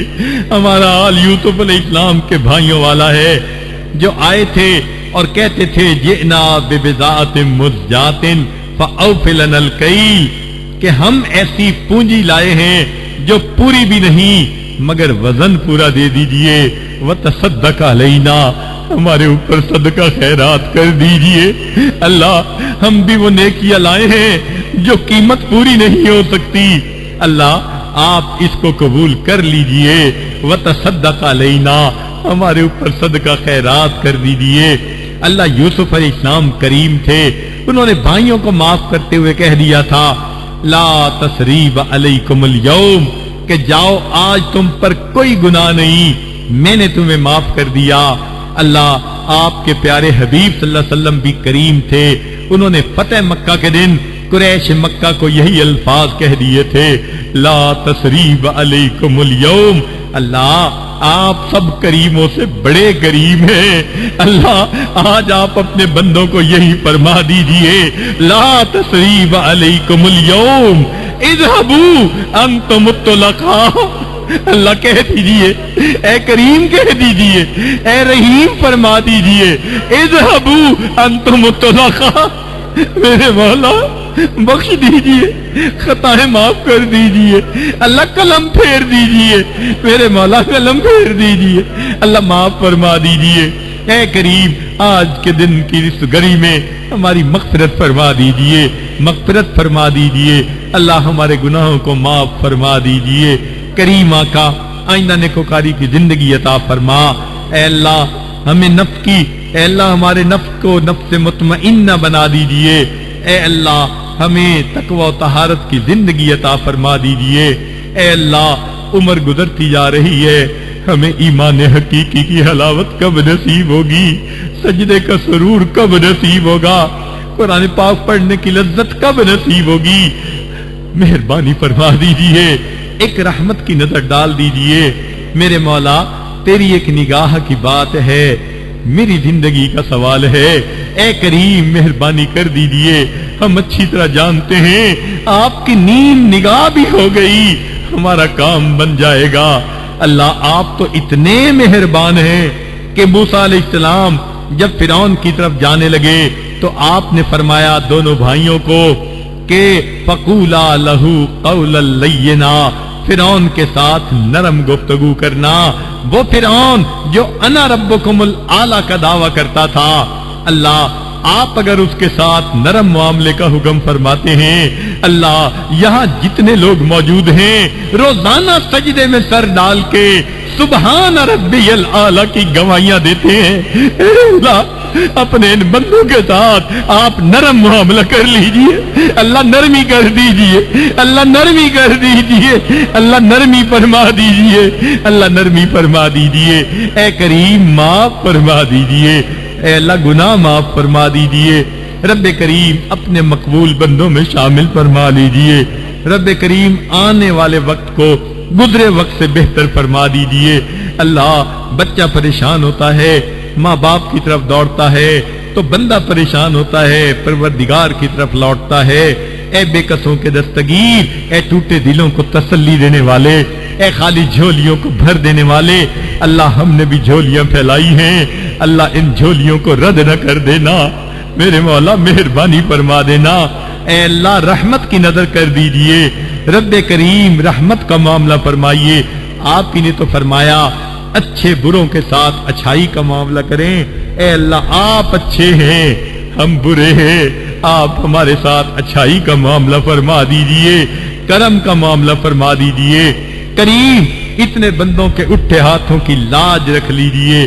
میرے مولا اٹھنے سے پہلے ہمارے گناہوں کی بخشش فرما دیجئے، اللہ گھروں کی پریشانیوں کو دور فرما، کام کاروبار کی پریشانیوں کو دور فرما، اولاد کی پریشانیوں کو دور فرما، جن گھروں میں جوان بچے بچیاں موجود ہیں بچوں کے مستقبل کو روشن فرما، ماں باپ کے لیے فرض ادا کرنے آسان فرما، اے رب کریم ہماری ان دعاؤں کو اپنی رحمت سے قبول فرما، اللہ وہ کتنے خوش نصیب لوگ ہوتے ہیں احرام باندھ کے نکلتے ہیں، لبیک اللہم لبیک پڑھتے ہیں، کوئی غلاف کعبہ کو پکڑ کے دعائیں مانگتا ہے، کوئی مقام ابراہیم پہ سجدے کرتا ہے، اللہ ہمیں بھی زندگی میں یہ سعادت بار بار عطا فرما دیجئے، اپنے حبیب صلی اللہ علیہ وسلم کے در کی حاضری عطا فرما دیجئے، رب کریم کرم کے فیصلے فرما دیجئے، ہمارے والدین عزیز اقارب مشائخ جو فوت ہو چکے ان کی مغفرت فرما، جن کی آپ نے مغفرت کر دی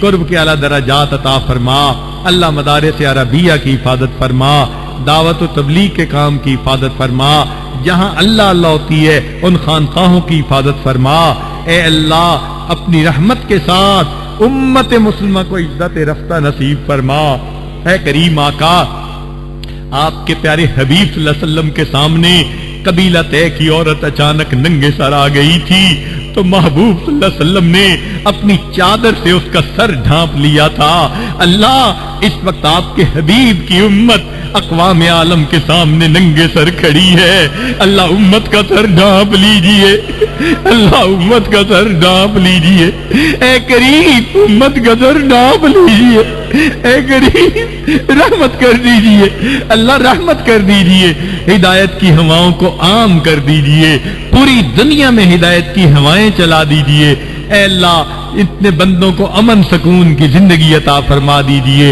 رب کریم رحمتوں کا معاملہ فرمائیے، جو مانگا عطا فرما، جو مانگنا چاہیے تھا نہیں مانگ سکے وہ بھی عطا فرما، ہمارے تینوں حرم کی حفاظت فرما، اے اللہ اس بستی کے لوگوں پر اپنی رحمت نازل فرما، جو ہدایت والے ہیں اللہ ان کو اپنے مقرب بندوں میں شامل فرما، جن کو ہدایت نہیں ملی ہدایت کی نعمت عطا فرما، اے اللہ ان کے کاروبار میں برکتیں، عزت میں برکتیں، صحت میں برکتیں، دین میں برکتیں عطا فرما، اور اے اللہ ان کو اپنے مقبول بندوں اور بندیوں میں شامل فرما، جس محبت کے ساتھ انہوں نے اس عاجز کو یہاں بلایا اللہ اس کے بدلے ان کو اپنی سچی محبت نصیب فرما۔